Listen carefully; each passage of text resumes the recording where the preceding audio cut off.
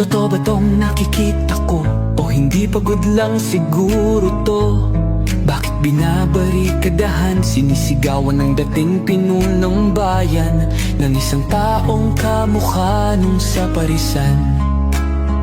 Syudad nila na minsang aktibo sa karahasan, ngayong malinis at progresibo kaysa sa ilan. Sigaw nila siya na ang mamuno, para mga durugista ay tumino. Dating pinupuri, tinitingala, nagbigay dangal sa lahi. Pag may lumalapit, abot tenga ang ngiti. Mahal ko ang Pilipinas, di ako papapi. Ipinanganak ako sa bayang mapagtimpi. Ipaglalaban ko ang kalayaan kahit ako'y masawi.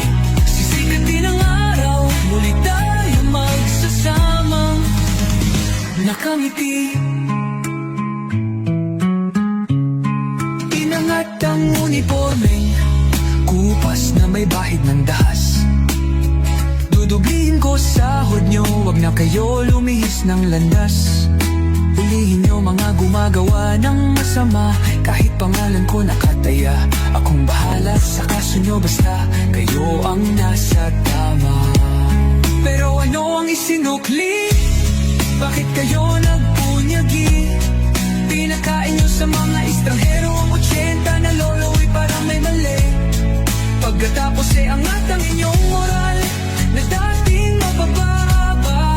Grabe ang isinukli, parang dumukot ng dae.